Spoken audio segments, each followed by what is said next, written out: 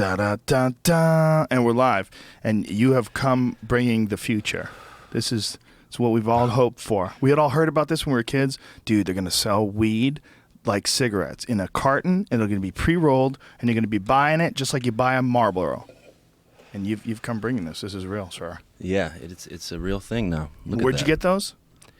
I got them in Seattle when we just played there. This company brought us a whole gift bag. And how does it work with transport, with things like that? Well, I guess if I told you, it would screw up our transport. Yeah, definitely.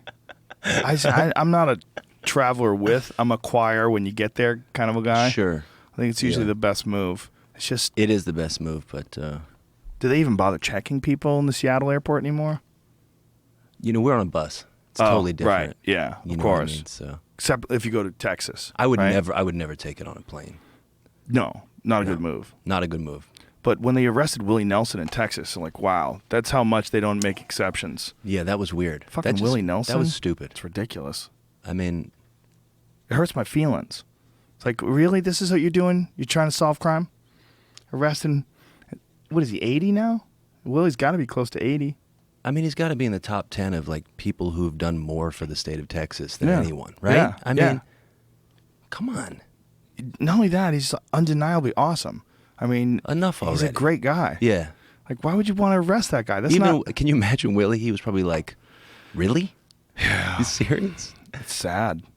It's sad. The cops must have felt kind of embarrassed, I bet. Yeah, and we were talking today because today this is a historic day for music because of Prince. I mean, this is it's very strange when a guy that's that powerful, especially when I was a kid during my teen years. I mean, that was when he was, really emerging, and that's when people were really finding out about him. I remember thinking, like, wow, this guy's so interesting. He's such a combination of different things. Like, there was no one that was like him before. I mean, David Bowie was sort of androgynous before, but he took it into a different new place, and it was mysterious, and he had some great... With David Bowie, for me, it always felt more like theater. With Prince, it felt more like, that's Prince. Yeah. That's really him, you know?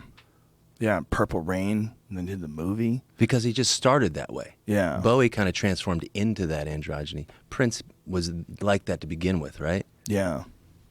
I remember the first time Pat and I played the First Avenue in Minneapolis. That's where they shot, I think, some parts from Purple Rain, maybe the live.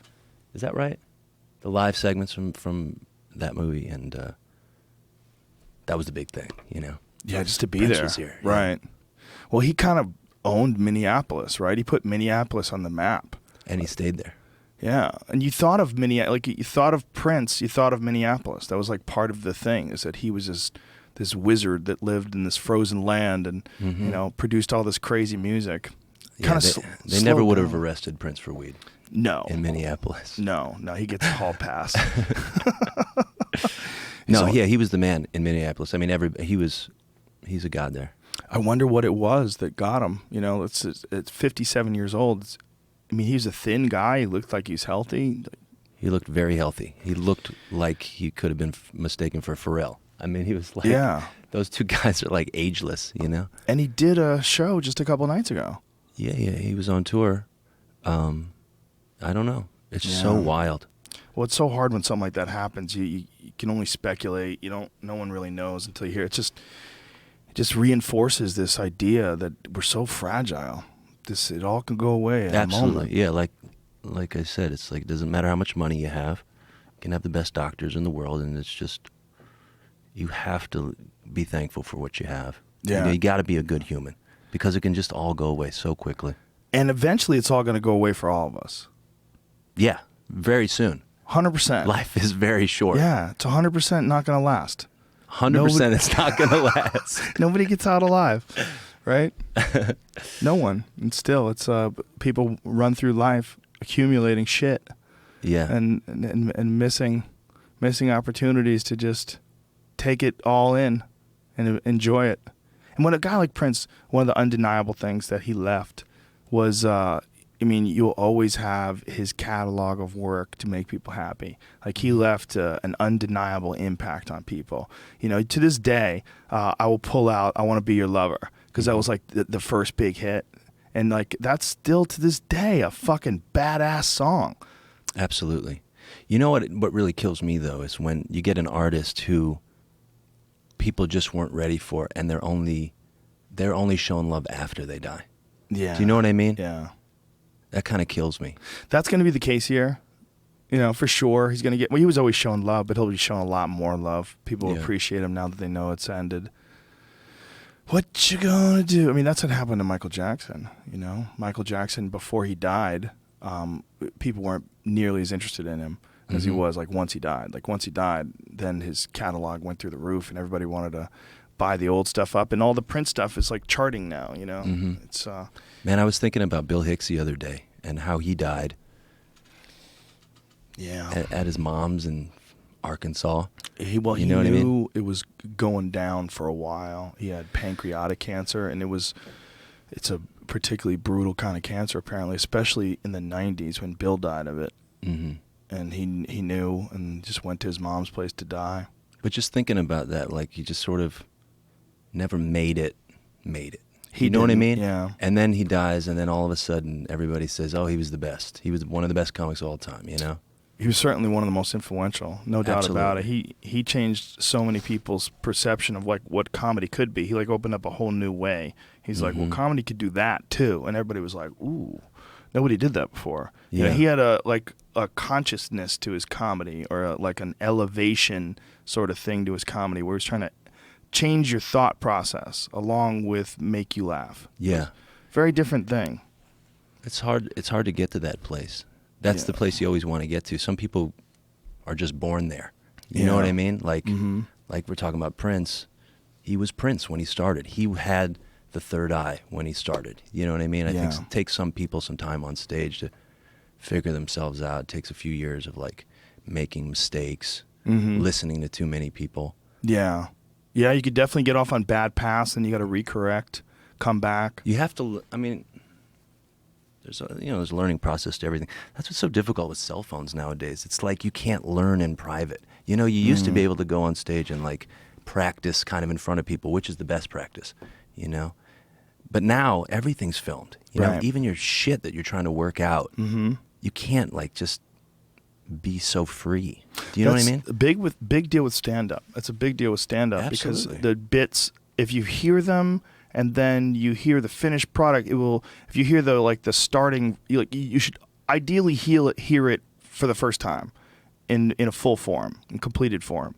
But a lot of people along the way. Well, people enjoy that process, though, like coming to the Comedy Store and watching people stumble through an idea that they're not exactly sure, and then they'll see that bit maybe 6 months later on a television special or something and go, oh, he figured it out. But, but you could also choose as a fan to not seek that stuff out, I think. But people do. Yeah. And it stops me from wanting to play songs I don't really know. Wow. Absolutely. Because you worry that, like, a video of it getting out there, of being kind of in the halfway, hacking my way through a new song. Yeah, I wouldn't do it. Fuck. Absolutely. Well, have you seen think it's some really of those stifled some modern performing. Have you seen some of the things that Chappelle has done and Hannibal Buress has done? They take these bags and you put your cell phone in it when you go in, and it's sealed. And when you're in the room, you literally can't open the bag. And then if you leave the room, somehow there's some sensor and it allows you to open the bag.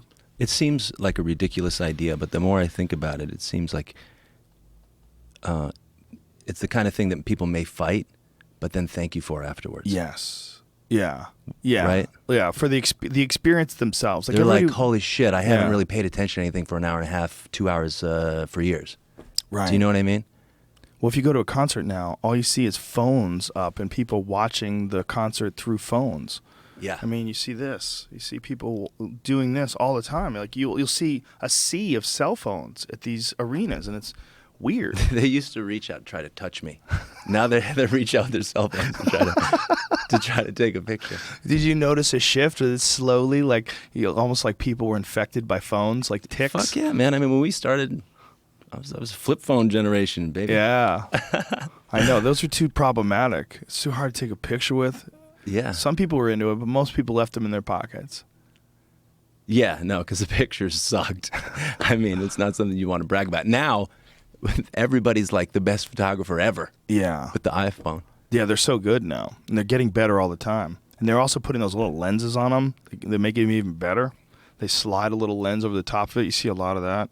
But people aren't experiencing it in a pure way. You know, you're not going to it and just sitting there and taking in the show. Instead, you're going into it and you're aware that you're recording it, and you want to make sure you get it in frame, and you make sure you got a good part that's going to look good on your Facebook or wherever the fuck you're going to put it. You're missing...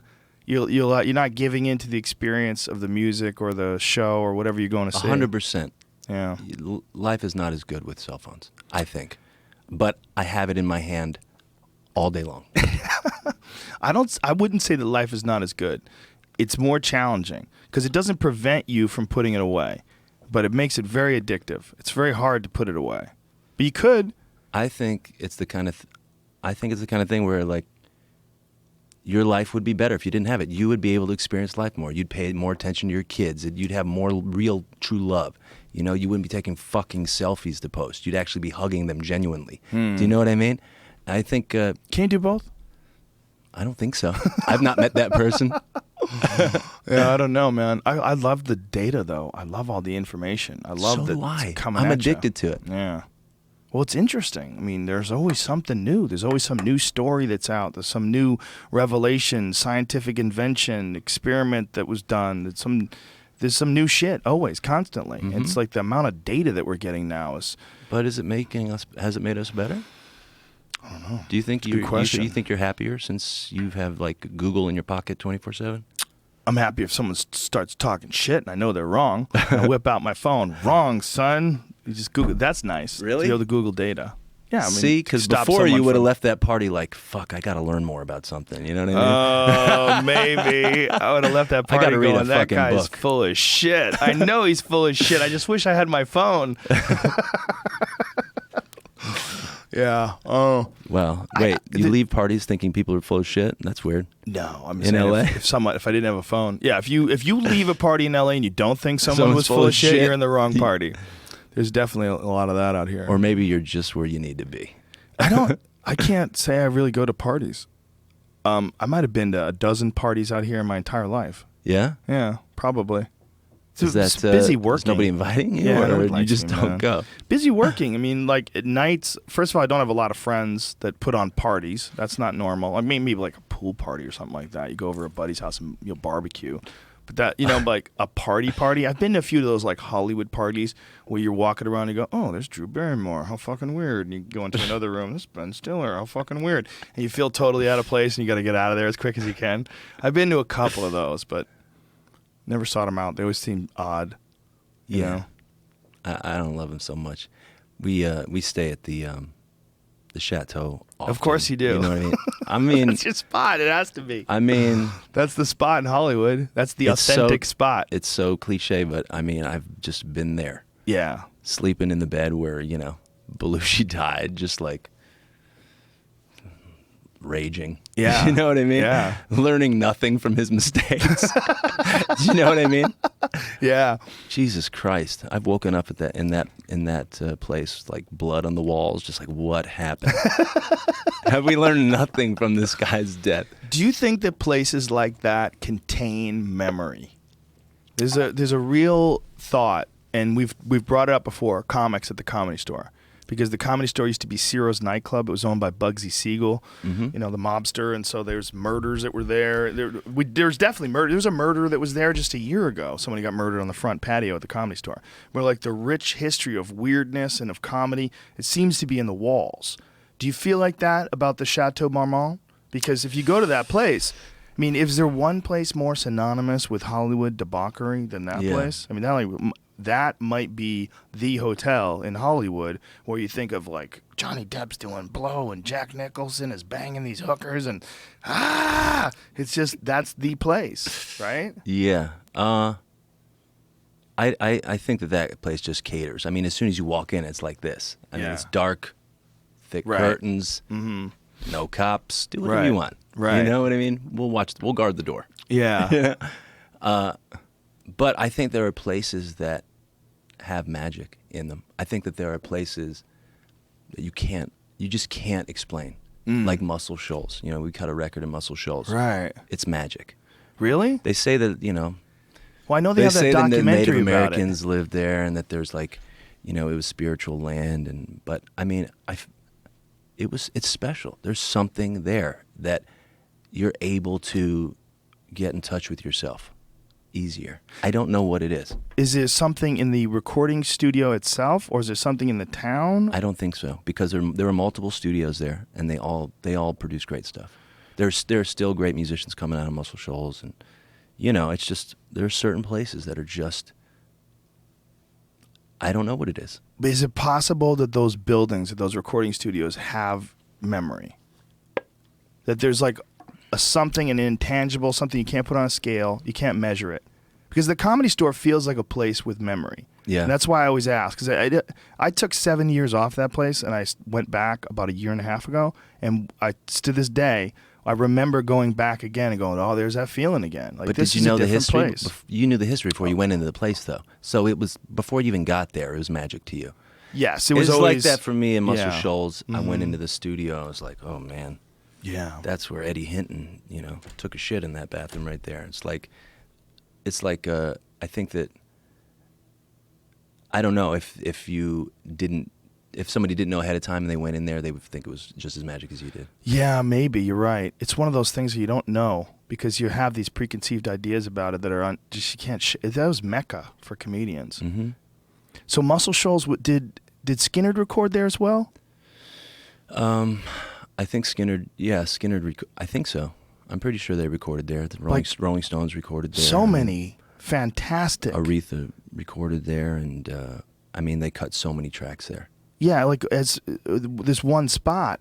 There's like a Waffle House there. There's nothing there. There's no reason anybody would go to Muscle Shoals, and it was the recording mecca. Why? Wow. You know what I mean? It's not close to any major metropolis. It's like, you know, how else do you explain that? Well, there's this guy named Rupert Sheldrake. I think his official title, he's an evolutionary biologist, and he thinks that there's memory in everything. He thinks you can't extract it, but he thinks that there's memory in wood, there's memory in stones, there's memory in trees. He's like, that's why people don't like the idea of a haunted house. Mm-hmm. Like, we kind of inherently know that if someone died in a house, some horrific tragedy took place in a house, that house actually has that sadness and that feeling in it. Mm-hmm. It's a part of the house now. Ooh. Yeah, I don't know. I don't know if I believe it. I don't either, man. I think we create the history in our mind before we even get there. You know what I mean? That's totally possible. Yeah, I mean, my dad. I just got a new guitar, and it was a guitar that was owned by one of my favorite musicians of all time, and this guy named Mississippi Fred McDowell. What a name! And I swear that it's magic, but you know, it's just a guitar. You know what I mean? I can feel it. It might be magic, though. Well, I mean, it might have something in it. But also, it might have just something in it just because you know it was his. So that's what I'm saying. I'm just saying. But it's still real, right? Like that amount of magic is still real. You would have to prove to me that someone felt it who didn't know ahead of time. Right, but not really, because it works on you. Like, magic doesn't have to work on everybody. Well, then I would explain it that I already thought it was magic. Right. Do you know what I mean? You already thought it was magic, but because you did, it is. I don't know. Maybe. I don't know if I would describe that as magic. I don't know, man. I feel like if I had a notebook that Richard Pryor wrote in, well, he would never write in it. He would save it. That's not a good example. But like if somebody gave me if Richard Pryor had a laptop and he wrote some great shit on his laptop, and then someone sold it and I had that laptop, I'd be like, holy shit. Magic laptop. All of a sudden it would be magic. Your jokes are just all fire. Everything you write. Well, you would think like, I have to do this laptop justice. This is the laptop of the great one. You know, I have to. There's no bullshitting around with this thing. Yeah. You would think about it that way. It would be. That's the idea behind like things being sacred. Is that like if you decide things are sacred, then they are sacred. Absolutely. Absolutely. It's up to you to believe. Yeah, and if you treat them as sacred, then they're as real as you want them to be. And life is short. And if you want to believe in magic, then it's real. Dude, you know? I want to go run a mountain right now. God damn it, Dan. I mean, all I do every day is go into the studio and like make something out of nothing. Like complete. It feels like magic to me still. Yeah. I wake up in the morning, I'm so excited. Do you know what I mean? It's like it feels like Christmas every morning. That's and awesome. that's magic to me. It's like that's what I live for. You know, I don't even but I don't know anything else. Like I've never really had a real job. You know, I worked at my uncle's restaurant, but that, you know, that's it. It's all I've ever done. Perfect. You don't need to do. I mean, everybody's got a different path. You don't have to do other shit. Why do anything else if you still enjoy it, you still appreciate it, and the music is amazing? Why fuck around? Sometimes it makes it hard to relate to other people. Right. You know what I mean? Just hang around musicians only. Just stay close. Not all musicians are only, like that, other, Not all musicians ones like that are. Find the ones that are. I don't know, man. It's just me and Sturgill staring at each other in Nashville. That's it. Just Yeah. the two of us. I've been a huge fan of the Black Keys for a long time, man. So for me to have you on is a real honor, a real treat. Thanks a lot. You guys are so interesting because the music is so hard to define. Like there's different styles in different albums, and it seems like you guys go off in these like really eclectic ways and paths, and there's so much content. Like you guys have put out so many songs. You're so prolific. Yeah, I again, like, I don't know how else to do it. You know, I don't know what, I don't understand how people go into the studio and take some fucking week to do one song. They don't smoke weed. I don't always smoke weed, you know, but I've done records not with no weed, plenty of them, you know, but I still do 2 songs a day. Well, I think you just love it. And I think if you love something and you just give it that energy, and it's obviously giving you a lot of positive results. Well, the thing is, I think that people get so caught up with worrying about what other people think, they just like overanalyze. And it's so hard to get really in touch with something special when you're worrying so much about everybody else. You know what I mean? That's a real aspect of social media that I think some people struggle with. Totally. But it's a real thing, too. You know, there are a lot of very opinionated, you know, places that review music that are very like into the trends, you know what I mean? And I can see how that could be crippling to a kid who's just trying to like make music, you know? Yeah.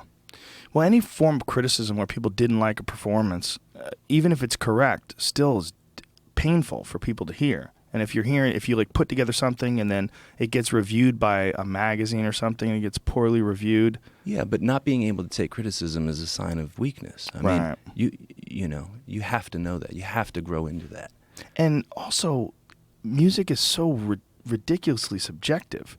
I mean, there's stuff that people love that I can't listen to. Sure. And there's stuff that I love that people are like, what the fuck is wrong with you? I mean, it's just always going to be that way. Sure. And you have one person's take on it, and it's the best thing ever, and another person's take on it, they fell asleep halfway through it. It's weird. Yeah. You know? There are records like that where, but then again, at the same on the same hand, it's like there are records that people played me. I'm like, what the fuck is this? I hate this. And then 5 years later, it's my favorite thing. Yeah. I wasn't ready for it. I didn't quite understand it. I didn't hear it in the right setting. Do you know what I mean? Setting but that's is also super what's important. beautiful about music and art is that it grows with you. It can. The best of it can really grow with you. Yeah. You know? Yeah, hearing the right song at the right time can leave like a psychic imprint on you of that song, and you always will associate that song with that moment. Sure. Powerful moments. Yeah. Things that change you forever. How old were you when you started doing music? I was always around music. My dad had a great record collection, always playing music. My mom played piano, and her whole family played bluegrass. Oh, wow. So that's what made me want to play music, was I wanted to play music with my uncles. They sat around in circles, and my aunt, and they would play Stanley Brothers songs. And, you know, my grandma died. We all sang around her grave, you know. I mean, it's just like music is a real part of my family. Wow. So it's just always been there. That must have been crazy. You all sat around her grave and sang. Mm-hmm. Yeah, we sang her favorite songs. Whoa. It was really nice. That is really nice. Angel Band by the Stanley Brothers. It's one of my favorite songs ever. How many people were singing? 6. Wow. 6 people. We brought our instruments. Mm-hmm. A lot of crying? I'm crying just thinking about it. No, I mean, it was her favorite thing, you know. It was her. She loved to sit in the living room and listen to her kids play music. It was like, and it's the reason I'm here now. Wow. It really is. I mean, because music has just really been such a part of my life. Well, that's awesome when someone finds something that they really just tune into like that. And then you see them just pursuing it with such wild abandon. I mean, that's what everybody, as a fan, that's what someone hopes for the most, that the person who puts out the sound that you love is really into it and does it all the time. Mm-hmm. Yeah, no, it's been the only thing I can really focus on since I was about 15. Wow. Yeah. I mean, girls and music was pretty much it. I stopped messing around with sports, really. Yeah, that was it. Well, you guys figured it out, man. I guess. I don't know. That sound we put out nailed. like 5 records before we even had a song on the radio.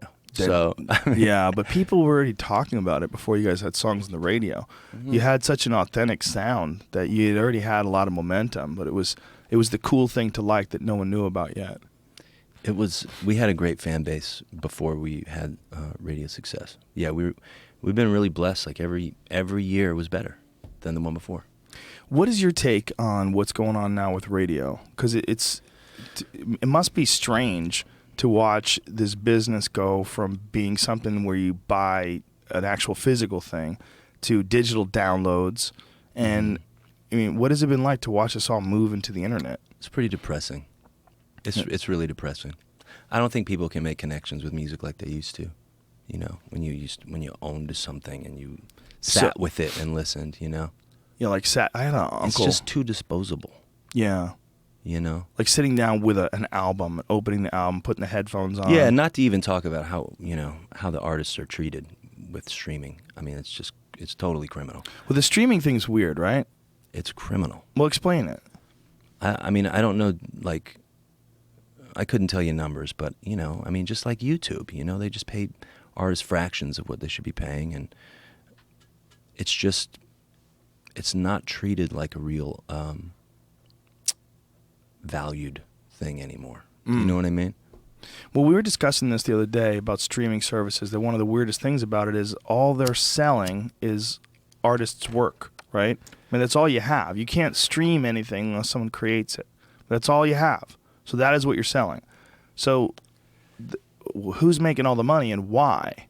And how's that worked out? And right now, there's a lot of opportunism going on, and a lot of people are jockeying for a better slice of the pie and a better position. But we were talking about Spotify and all those different things and how little money the artists actually get out of it. Mm-hmm. It's weird. It is weird. It is weird, isn't it? I mean, can you imagine like going playing gigs at the Moore Theater and them saying, we're just going to pay you streaming money, not the real gig money? You know what I mean? It would be like, that would make no sense, right? I mean, it's kind of the same thing. I mean, you have a product that you invested your time and money into. It should be no different, really, right? Well, I think there should be some sort of established number. Like, you should be able to figure out how much money are they making from it. Like, how much money are they making if they play your one of your albums? Drew, do you know? Streaming? Yeah. 0.005 cents for a click for those. And if you buy the Drew's album, how much is it per song? How much are they paying per song? For a physical copy. If you buy the album like on iTunes or on like a CD? CD or iTunes. What is the difference? What's the comparison to those? If a song is 99 cents, you're looking at 30, 40 cents. No one can hear you, but he said if the song is 99 cents, you're looking at 30 or 40 cents. Mm-hmm. Big as compared to streaming, which is, what'd you say it was? 0.0005. Is that what you said? Yeah. 0.005 per time songs clicked. Oh, per time songs click. So every time someone clicks on it. It has to play for like 10 seconds.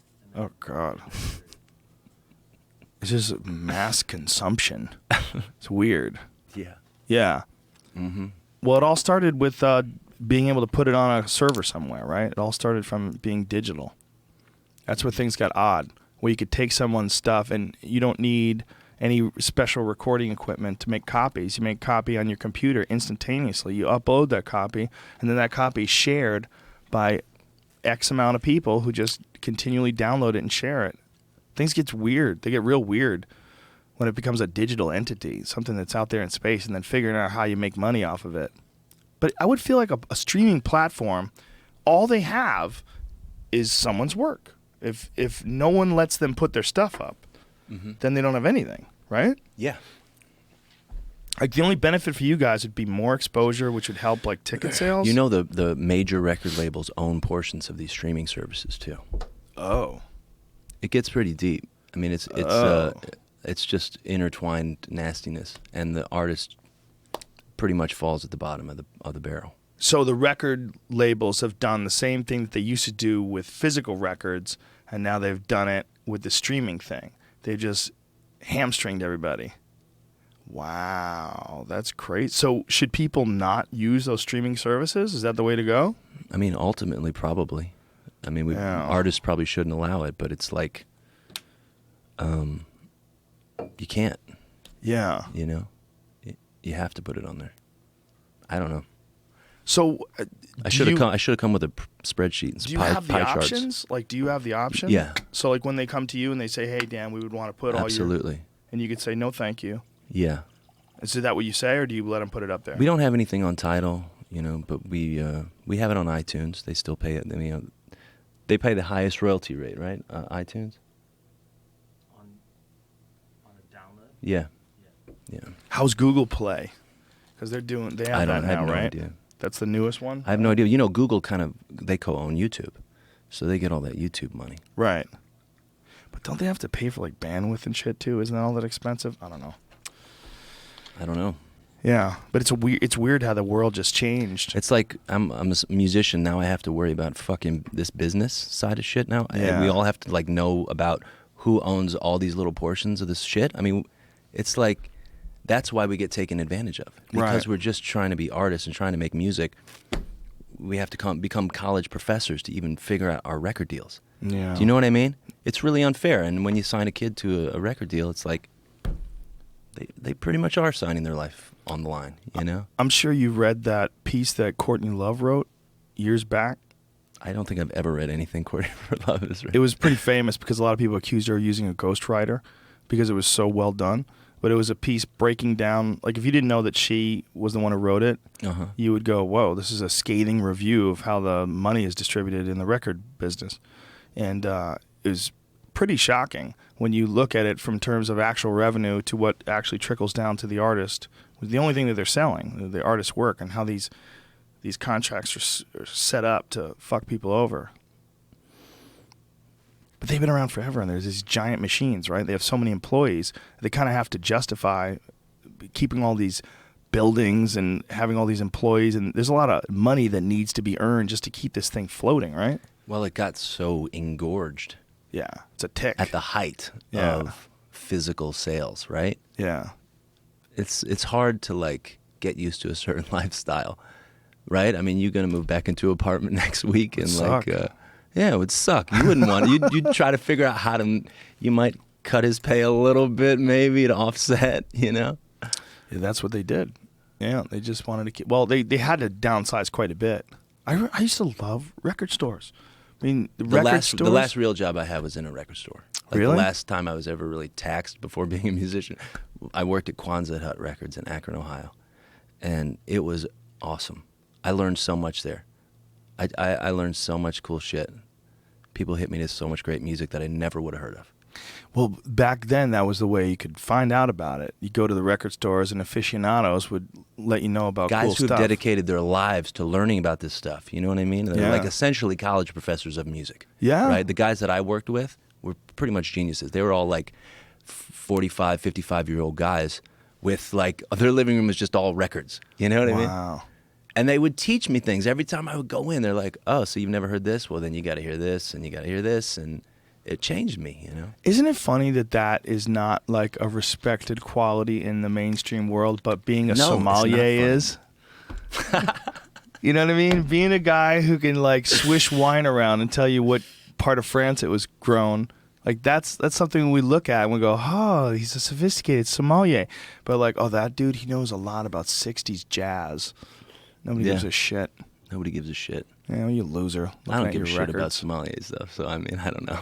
You got to come up with a different Yeah, comparison. But you know what I mean? Like for a lot of people, it's Sure. it's a big, fancy schmancy type thing. Well, I mean, it's all a bunch of horseshit. I mean, it's like just because you don't have a college degree in it, it's not taken seriously.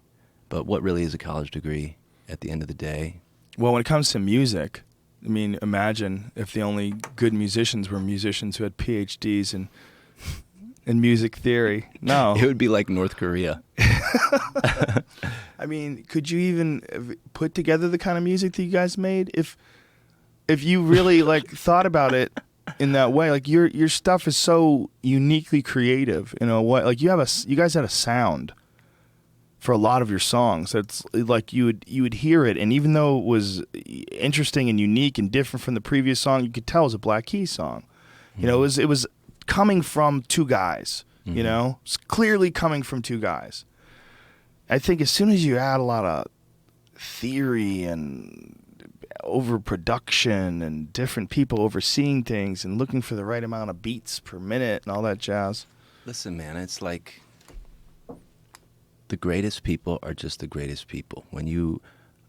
If you could be around Richard Pryor and watch him, you would feel the magic. You would see the way he walks, the way he touches his lips, the way like when I'm hanging out with Dr. John, I see it. I'm like, holy shit, this guy is like from another planet. You know what I mean? You can't teach that. It's total magic, I can't even imagine, like in L.A., Dr. John used to be here doing session work. That's like when Phil Spector was making records and stuff like that,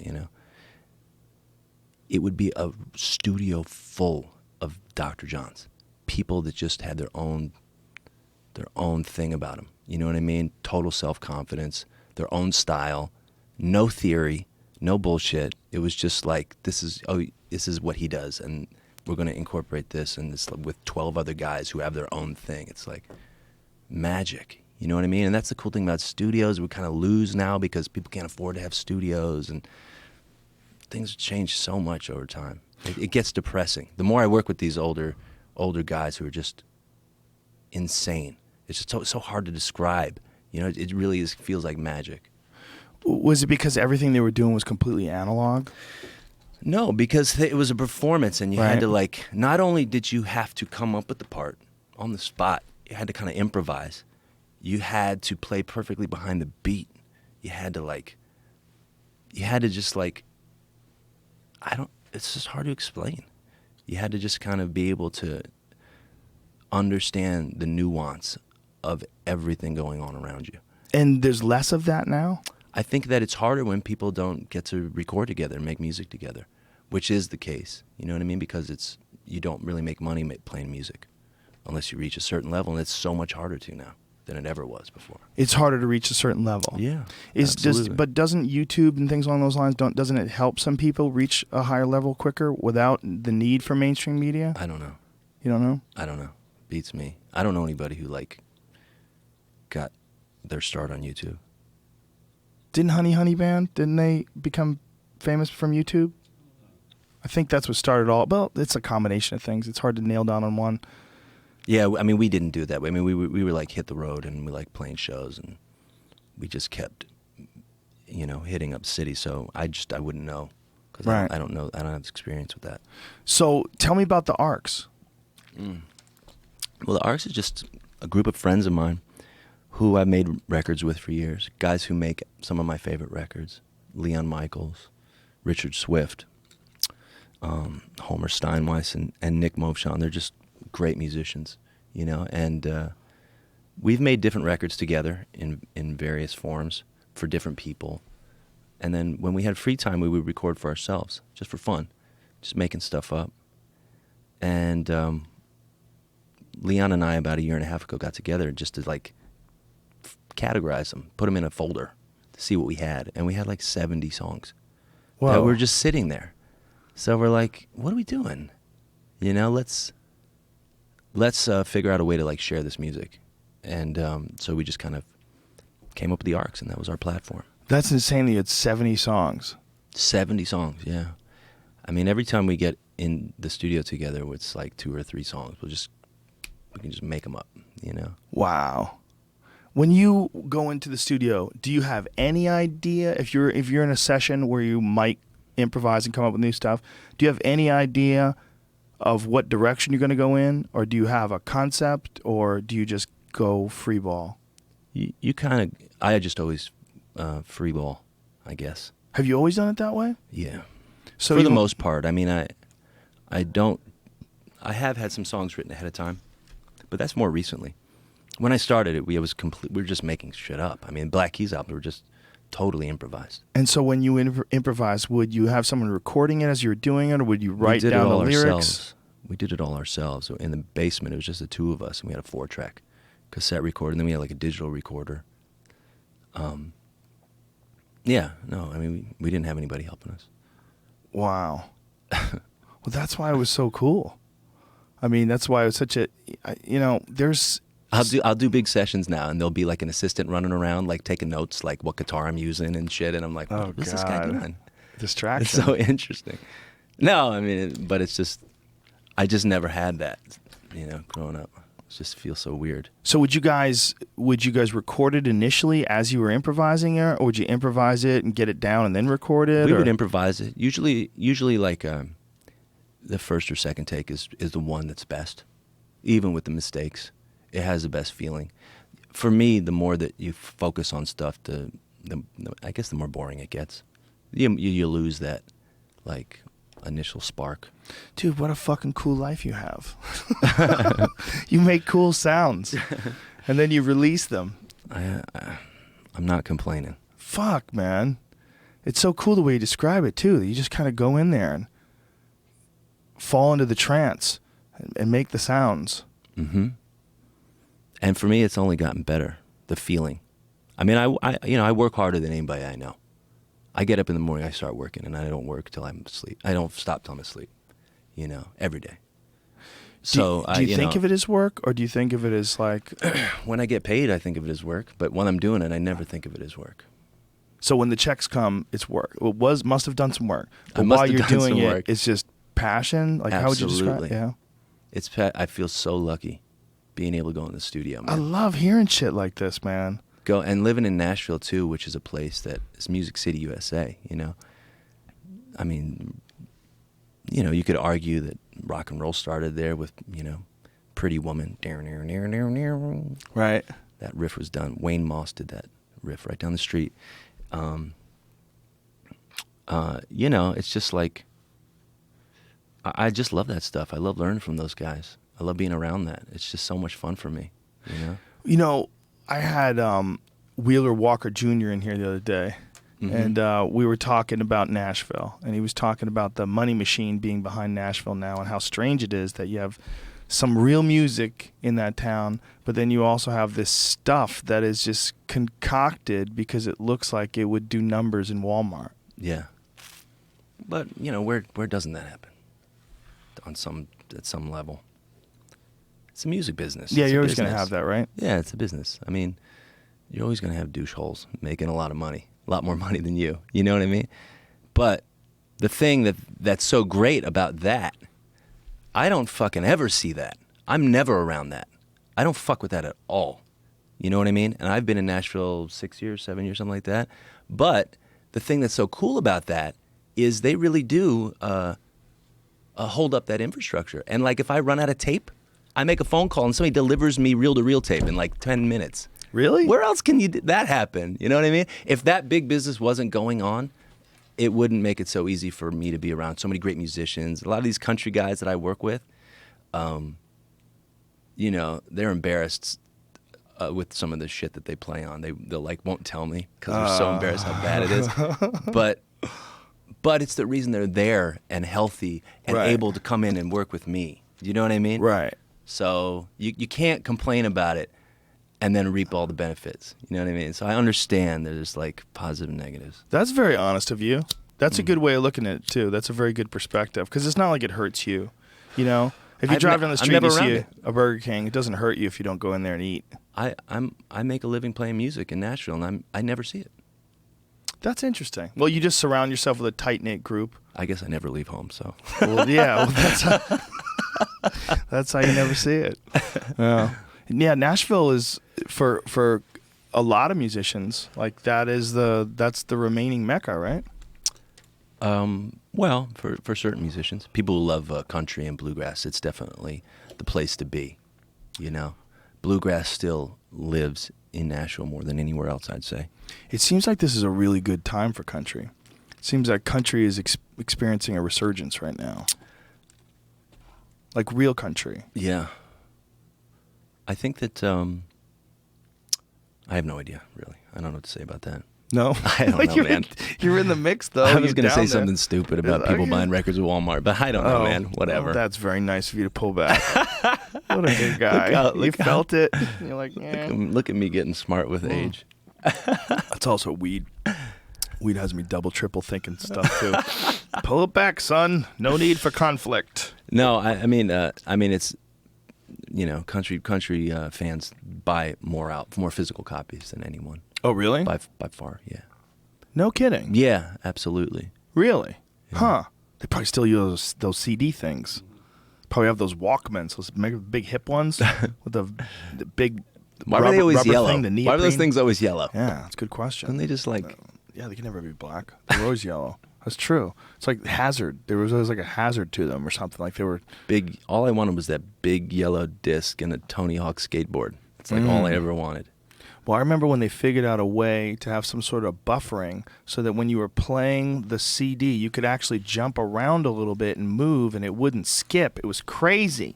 What did they call that? There's a name for that. ESP. ESP? 10-second ESP. That's 15-second right. ESP. Yeah, it was a buffering that they had, and it was a magical thing. Skip protection, something. Something. Electronic skip protection is what it is. There it is. And then once they figured out how to go digital, all that shit died.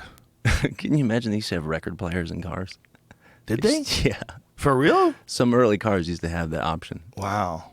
My friend Javier, his mom had an 8-track. I never forgot. We listened to Pablo Cruz. When my baby smiles at me, I go to Rio.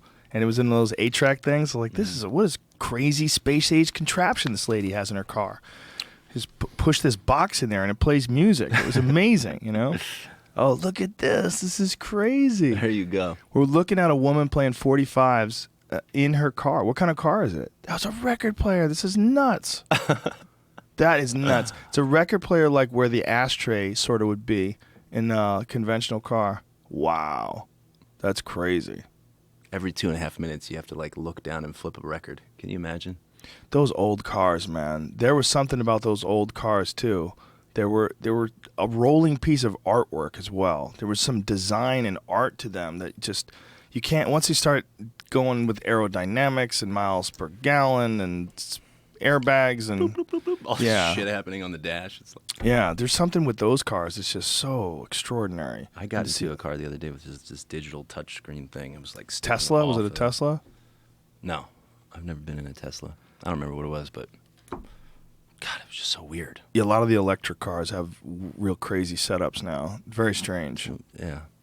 Well, the Tesla is a giant screen, like an enormous laptop screen, like a big computer screen. Like that's what a Tesla screen looks like. I mean, it's like a crazy laptop. No, that's not a distraction, is it? By the way, you can get email on that and websites. It's like show me my flight path. You can do all that kind of stuff. You can do Spotify on that too, where you can press a little button and ask it to, play Michael Jackson. It'll play Michael Jackson songs. It's so stupid. It's so big. It totally seems like it's in the way. It's a huge flat screen on your dash, man. Is that a YouTube video? That guy's on the right-hand side. You can play YouTube videos while you drive. That's so dangerous. Did you see that guy that got killed in Detroit? He was jacking off in his car. He crashed his car with his pants down, died in the accident. He was watching porn, jacking off as he was driving. And the state troopers, when they got to the wreck, dude had his pants down, porn playing on his phone. Oh man, his kids. There man, it is. must Pantsless be so driver in Detroit out. dies in wreck watching porn. Did they use his name? God, I yep, hope not. Clifford Ray Jones. Oh shit.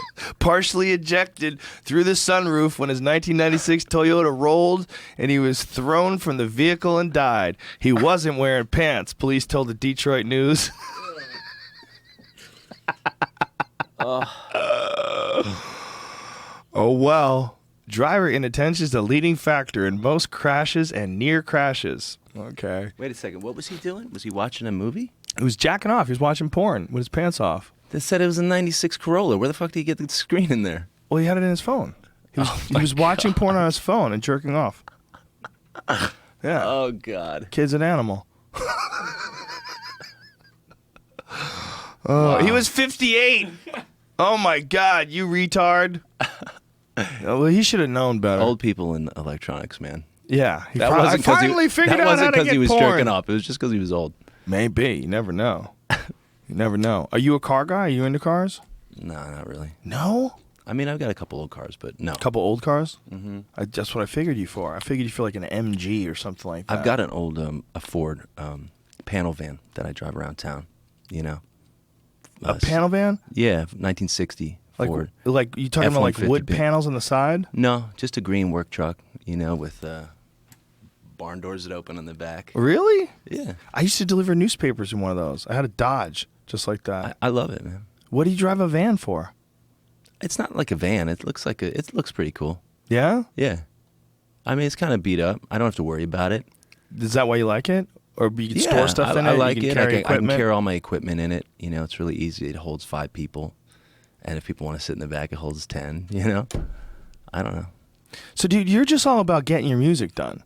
You don't That's even it. give a fuck. You're driving around in a panel van, getting it all That's beat up about and it. just... I bought a new BMW like 4 years ago. I still have it. It's like starting to fall apart already. Really? Yeah, all these like things keep flashing and like Do you take it I to get get notices it in the looked mail, at? you know, You get recall notices? notices like Really? From a yeah, BMW? airbag may shoot shrapnel at you, you know? It's like What model BMW did you get? it's a what's it called? The X5? X5, it's a diesel. Oh, okay. That's your problem. Which is Right. a total pain in the ass trying to find diesel gas. Yeah, that's gross, too. You know what I mean? Well, the only thing about diesel that's cool is you could grow your own. Like, Oh, I grow my own. do you make your own No, diesel? no, I don't. No.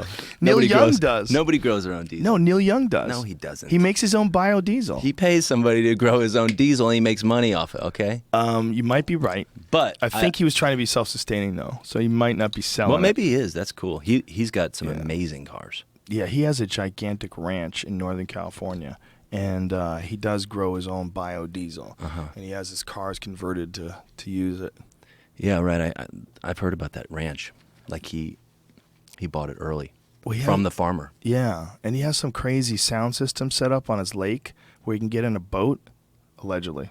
Someone told us this, I believe, on the podcast.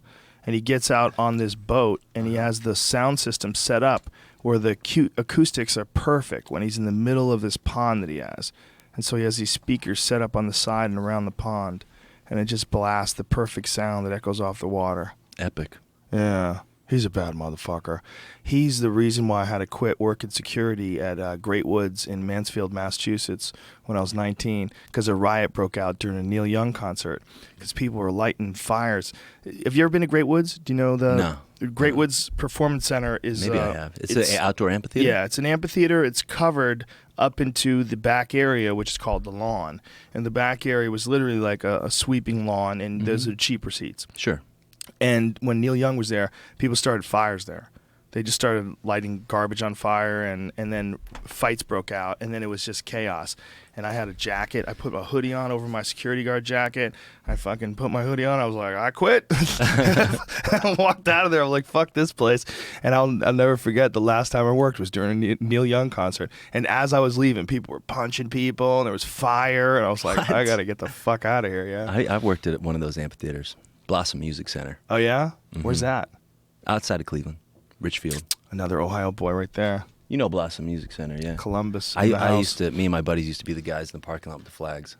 Why are so many bad motherfuckers from Ohio? What's going on? Why is that state so badass? I don't know. I think that it had, a lot of money with all the industry. Mm-hmm. So it had a lot of art. But now that the industry's gone, it's a struggle a bit. But the art's still there. Right. And the ethic, culture. The culture, And right. the understanding that there's respect for art. I think I don't know. I just totally made that up. But You might be right. That might make sense. did that sound? There's something. There's a bunch of astronauts are from Ohio. Tons of famous A lot of people I've met just here since I've lived here are from Ohio, just hanging around Yeah. comedians and whatnot. It's a badass place to do stand-up, too. It's one of my favorite places. One of the female astronauts who died in the Challenger explosion went to my high school. Where was the female astronaut from that wore the diaper that went to the guy's house to kill him? Remember that one? She wore the diaper to drive all the way across the country so she didn't have to stop to pee. What was she going to do? Right. She was I going to remember kidnap that. some girl or something? I remember that. I remember Any that. girl is willing to fucking wear an astronaut charged with attempted murder. Anytime a chick is willing to wear a diaper, you fucked her up so bad, she wants to wear a diaper to come and get you. I mean, would you think that a female astronaut would like? she doesn't play games. She wants She to win. does not play games. She's Yeah, got the right stuff, dude. absolutely. A rival for another astronaut's affection. Yeah, she attacked a rival for another astronaut's affection at the Orlando International Airport on Monday after driving more than 900 miles from Houston to meet her flight. Whoa. Okay, so this girl was flying, and this crazy bitch said, I'm gonna fucking meet you there. Wearing a diaper, shitting herself. She only had a 4-inch blade and a BB gun, though. She's an astronaut. That's all she needs. She'd kill that bitch with a Pop-Tart. I didn't know that astronauts knew how to kill people. Did they teach you that? They're Americans, goddammit. They learn. I wonder, man. I wonder what she knew. Maybe she just wanted to claw her eyes out or something. Just bite her in the face or something. Yikes. Maybe she didn't really want to kill her. She had a BB gun, though, and a map to the house. Well, listen, anybody who's wearing a diaper ain't thinking that straight. Maybe she didn't know it was a BB gun when she picked it up. That's awesome. She had a map to the house. Little X. Okay. Well, do you know the story about the guy who broke into the White House? Only one guy ever broke into the White House during the Obama administration. And I've been researching it. Is he the only one who's ever broken into the White Ever. House? He's Okay. ever the only And it guy who's ever happened during breached. the Obama. Yeah. He had in his car two rifles, 4 handguns, 800 rounds of ammunition, 2 hatchets, and a machete. And he broke into the White House with a knife on him. And he only got 18 months. That's what's really crazy. They said, well, he had PTSD. Oh, okay. Did he just drop cool. out of the roof like, ha?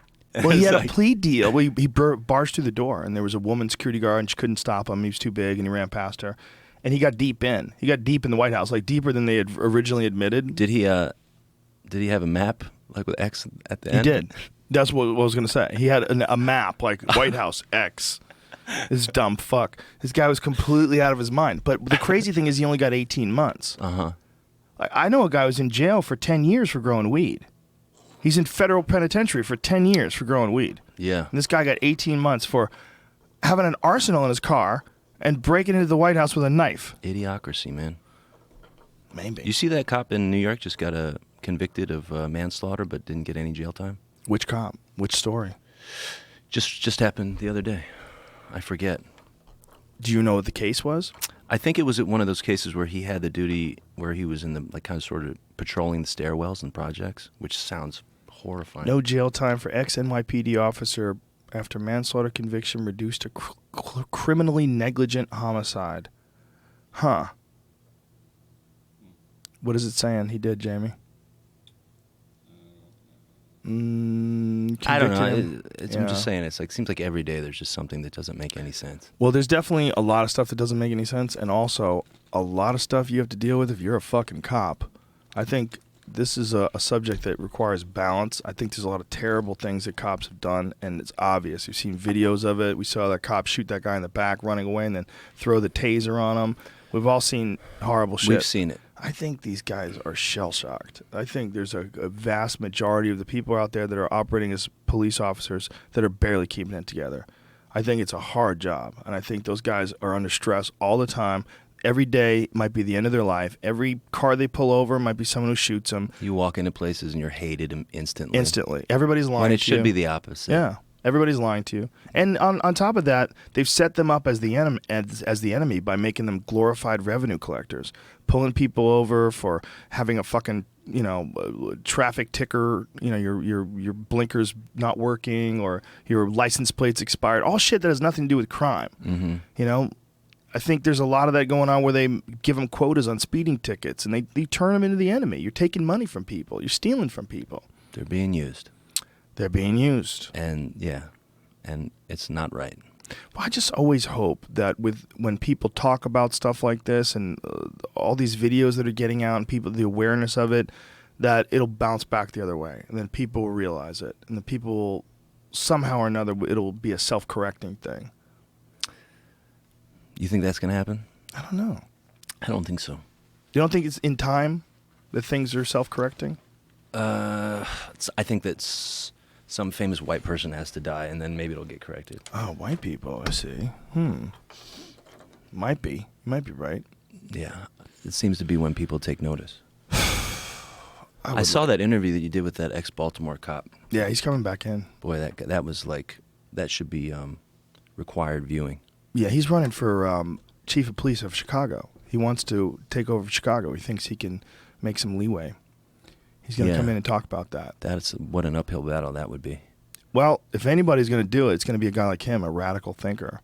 You know, I don't mean fighting the crime. I mean changing the politics. Yeah, that would be the uphill battle. But both would be a problem. You know, Chicago became a bloodbath after they started arresting key gang members that were in control of drug distribution. So they created a power vacuum.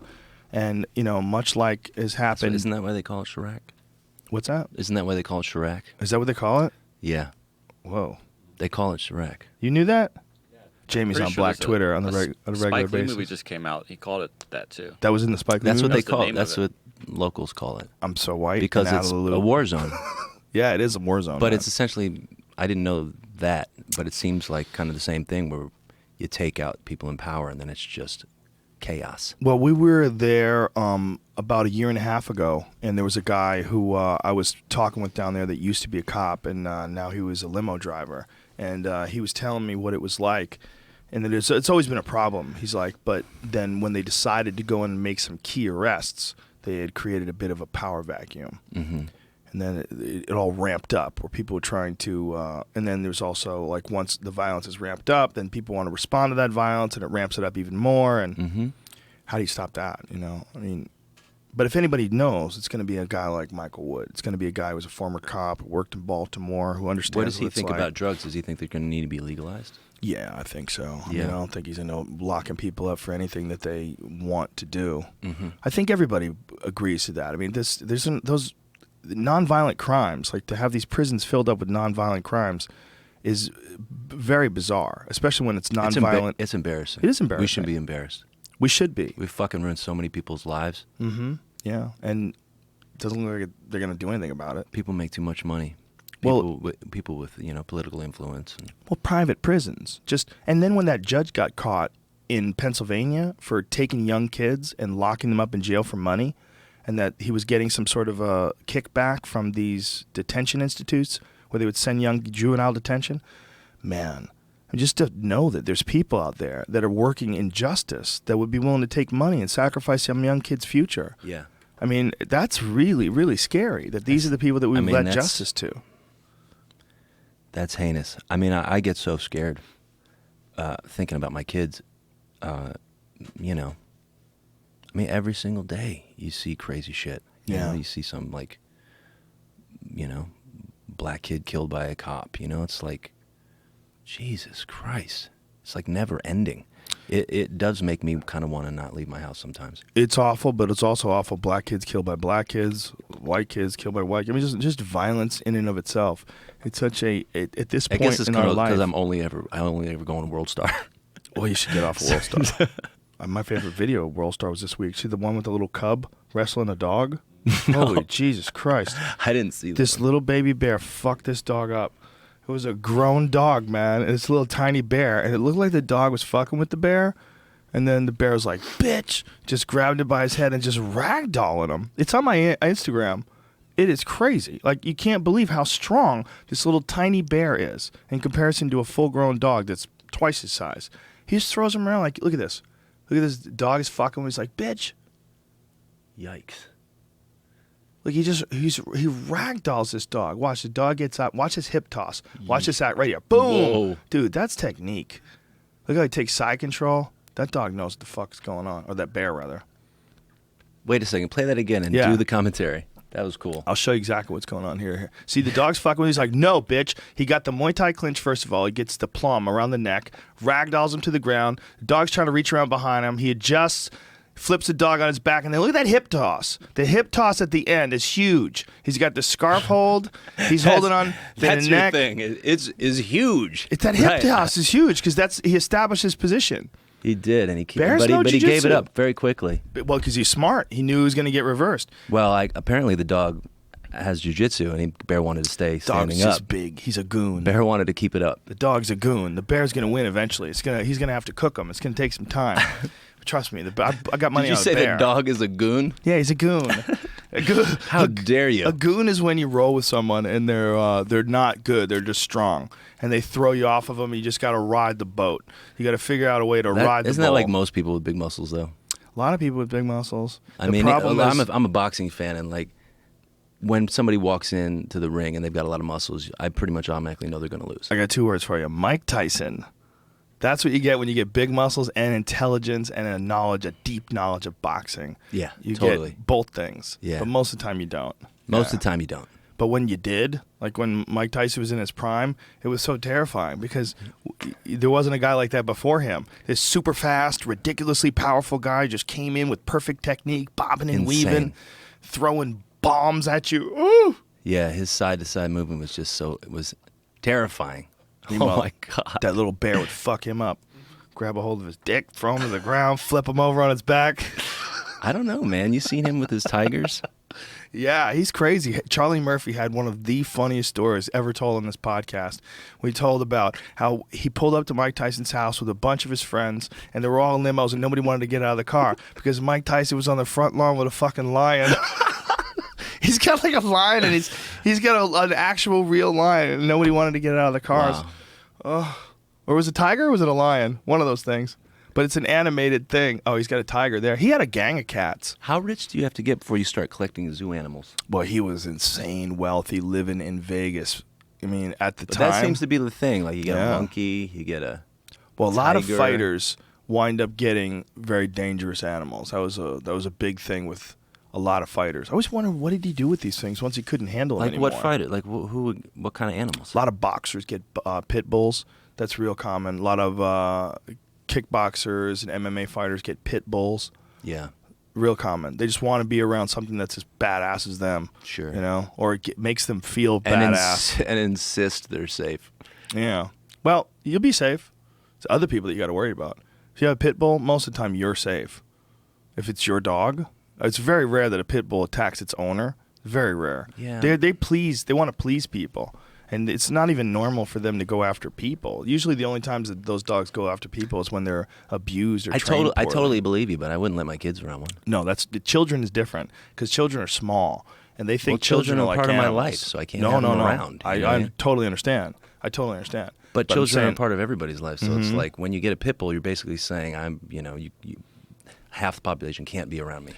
You could say that, but there are some. The problem is it's not worth the risk to make the exception. But there are some people's dogs that are amazing. Like I used to have this pit bull named Lucy. She was the sweetest dog ever to everybody. Yeah. She's kids, No, I have a friend with anybody, a really sweet babies. pit bull.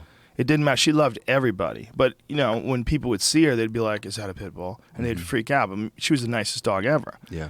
But then you'll have other dogs that are just not like that at all. They're dangerous. They're tricky, and you never know because they all look the same. Like you'd have to get to know the dog, and you have to know the history of the dog and the dog's parents' history. And I have this dog that's a Mastiff, and he's a smaller Mastiff. It's called a Regency Mastiff. Mm-hmm. He is the sweetest dog I have ever had in my life, and the reason why is because the guy who raised him. Like when he described it to me, he's like, it's all about the parents, and it's all about not letting parents that exhibit any weird behavior breed. He's like, if you're going to breed like a really nice dog, you just make sure that the dogs are always friendly and only friendly dogs breed. And if they're not friendly, don't allow them to breed. I was like, that is crazy. So he's got it completely organized that way, like genetically. He makes sure that these dogs are never, any dog that growls at somebody, any dog that barks for no reason, they don't breed. Those are the ones they put in the other barn where they secretly breed them for Well, fighters. they just fix them. No, they're different dogs. It's a large dog. One of my friends, his mom bred bull mastiffs. Oh yeah. So I was always freaked out every time I went over. They would like be in the yard playing with bowling balls, you know, and I'd be like, I'm not getting out of the car. Yeah, there are some enormous dogs. They were originally made like they'd make them, I think, for some sort of guard dog, right? That was the idea behind them, to make them as big as possible. Like those English Mastiffs, they're like 200-pound dogs. They're enormous. Yeah. Yeah. I don't get those. I like labs. I think labs are my favorite. They're like the most predictable. You know, They're predictable. I just like a good mutt. Yeah, you know, like good a good mutts friendly are good. mutt. Good mutts are good, man. Is there any downside to living in Nashville? Like, what is it? Is it all good living down there, or is it? You know, there's been such an influx of people that it's a bit congested now. It's sort of like Austin in that regard, right? Where I guess so. It's I've the heard hot that. spot. I've heard that. If you're young and you have aspirations and you want to live in a cool place, it seems to take longer and longer each year to get across town. Yeah, you know. You guys keep talking about it, telling people how awesome it is. You hear me talking about it? Me, I just did. I work there all the time. I used to do Zany's. You know where that comedy club is down there? Yeah, sure, I've been there. I'm there next month. I'm doing the Ryman. I love Nashville. The Arcs just played the Ryman. Oh yeah, awesome. We had John Prine come out and sing with us. Man. Now, are you doing the Arcs in conjunction with the Black Keys? Like, how do you? No, just sort of. Pat and I sort of just finished the Turn Blue tour, which ended like 4 years straight of touring. Oh. So we're just kind of taking a little break, and I'm doing the Arcs thing now. Now, when you guys do things like this, do you do things legally, or do you just shake hands and say we're in a band? I do things legally. Yeah. Mm-hmm. Yeah. I do with these guys. I love them. They're my friends, but they're pros. Yeah, you kind of have to, huh? They all have their own lawyers, you know. That's gotta be so weird. Because they have been ripped off. You know, they've been ripped off in Right. the past. That happens to really good musicians. What often. an amazing relationship you could have, though, if you had a bunch of heavy-duty musicians that went in on a handshake. Well, I and mean, worked it out. we don't talk about money really ahead of time. You know, they'll buy plane tickets and fly into Nashville and spend a week recording. We'll never once talk about contracts or anything like that. So it's all done in advance. It's done by the other afterwards. people. It's, hey, we finished a record. We'll work it out now. Right. Well, that's how it should be done, right? Until you get screwed. And then you're like, shit, I should have done this ahead of time. I don't know.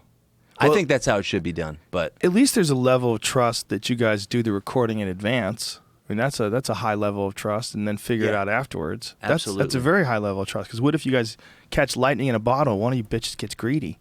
yeah. Someone gets those Scrooge McDuck, ching ching, those dollar bills in his Sure. eyes, and next thing you know, have you guys ever had your songs ripped off before? Oh, yeah. Absolutely. What does that feel like? Strange, I mean, for Pat and I, it was like we spent so many years just trying to get noticed, to like have people copying us. It was just so bizarre. We had this one case where I mean, it's happened multiple times to us, but we had this one case where some casino did an advertisement, and the owner of the casino posted something on like Twitter or something like, "Hey, check it out! We just ripped off this Black Keys song for our new ad. You guys like it?" and we just used that in the case and won. It was insane. Did they just not know? I don't think he knew how the internet worked. I don't know. I thought maybe he just thought he was posting to his buddies. That's hilarious. Was it like a Native American casino where they thought they had different laws? I don't know. I don't know, man. Do they have different laws when it comes to that kind of stuff? I don't know. I don't either. I mean, that was like the whole thing. It was like that Native American casinos, they were allowed to have casinos in places that you could never have casinos. Right. Because they had their own rules. Mm-hmm. That's where a lot of the early MMA fights were done, because it was illegal. It was illegal to have MMA competitions. So it was illegal to have MMA competitions, but it was legal to have them at the Native American places, so they must have different laws. Yeah. In some ways, yeah. Yeah. That's how they have casinos. Yeah. So what are you guys doing now? You're just touring across the country with this new music? Yeah. We're just on tour, playing some shows. And you're here for Coachella? Yeah. What is that experience like? It's like most kind of festivals. It can be fun if you're into that type of thing, I guess. I don't know. Well, it seems like it's got to be good for like the young up and coming guys and gals to be included in these lineups, and people to be able to experience maybe some bands. I know for Honey Honey it was a big deal. You know, to be able to experience some bands that maybe you weren't aware of before and say, oh, let me follow them now. For me, it's kind of weird, like watching music in the sun. It just feels weird to me. And then, and you don't get sound check. You know, so you kind of go up there blind. Oh, okay. And then, and then you have a very short set. Normally, most bands play. You know, a band that's playing like the Moore Theater or something that's playing like an hour and a half at least. When you play at a festival, you have 45 minutes. That's it. You know, so it's like, you know, it's a lot of effort to not be at your best. You know what I mean? Yeah.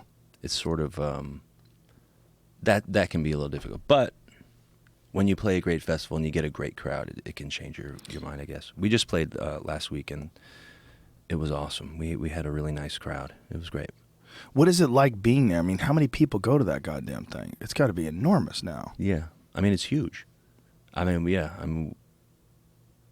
It's become this whole big thing out there, too. They do 2 weekends now. Yeah. Not one. And then the weekend after that, they do essentially the same thing, but with country music. What's it called? Stagecoach Festival.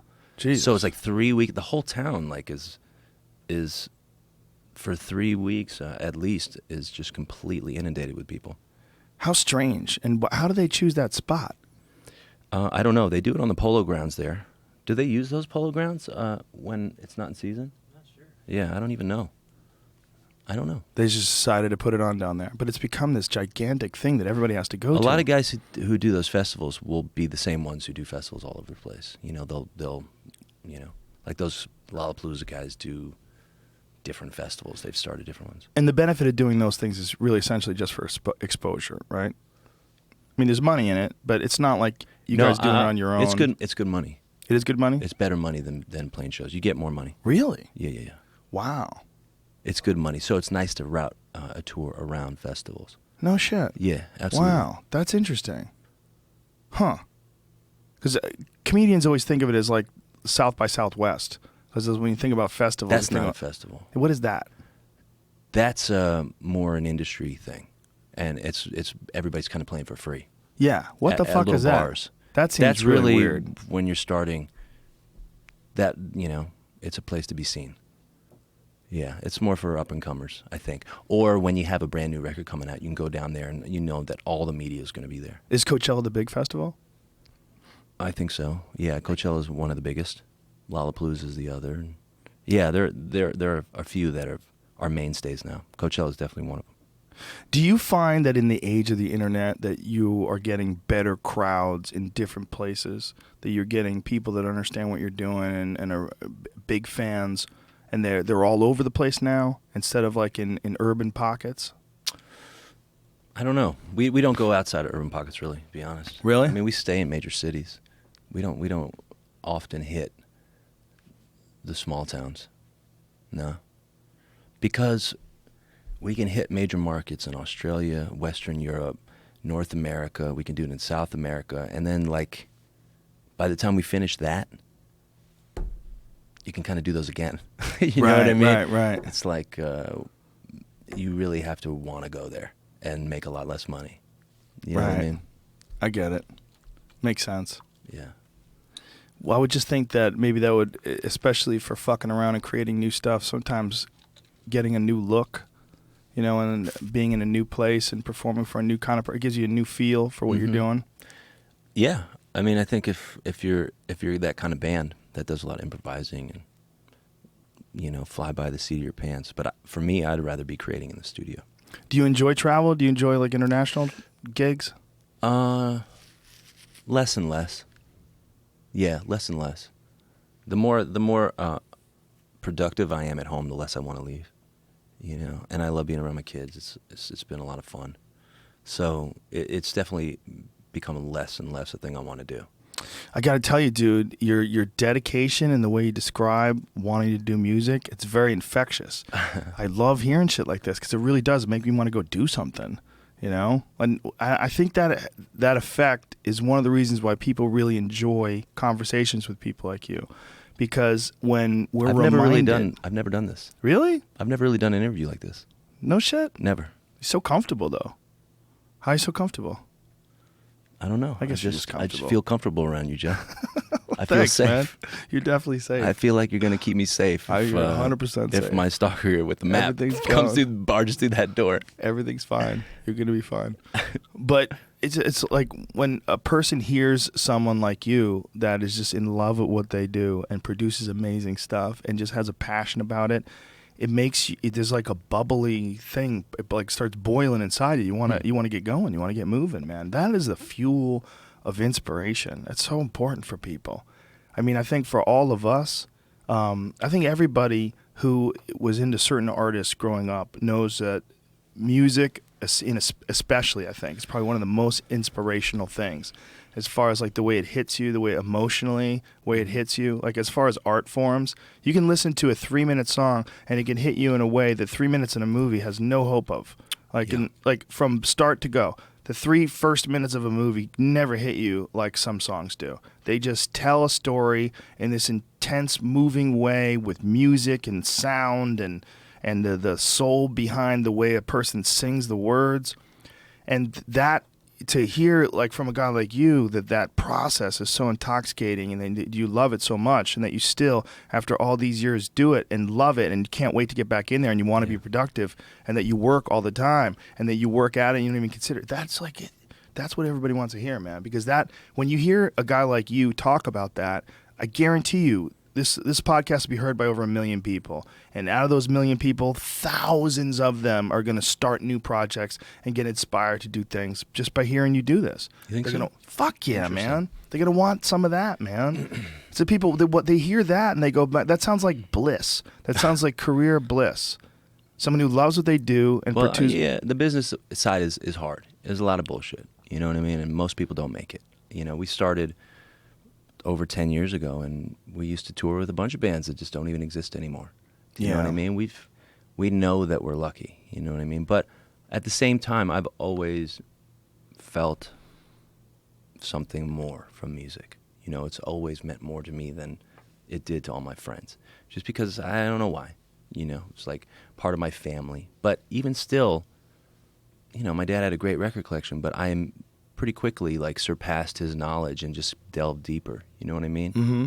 But I always felt really in tune with music. Like I can remember being like 14 and hearing Sam Cooke and the Soul Stirrers and like it making me cry. You know what I mean? It was able to reach someplace inside me that nothing else ever was able to. You know? I don't know that everybody gets that thing. Right. But I definitely have that, and it's like it's really controlled the way that I've made all the decisions in my life. Well, I've got to think as a young man in such a music-rich environment that you described your childhood growing up like that, I mean, that had to have sparked and fueled some areas of your creativity that just led you to embrace it the way you have.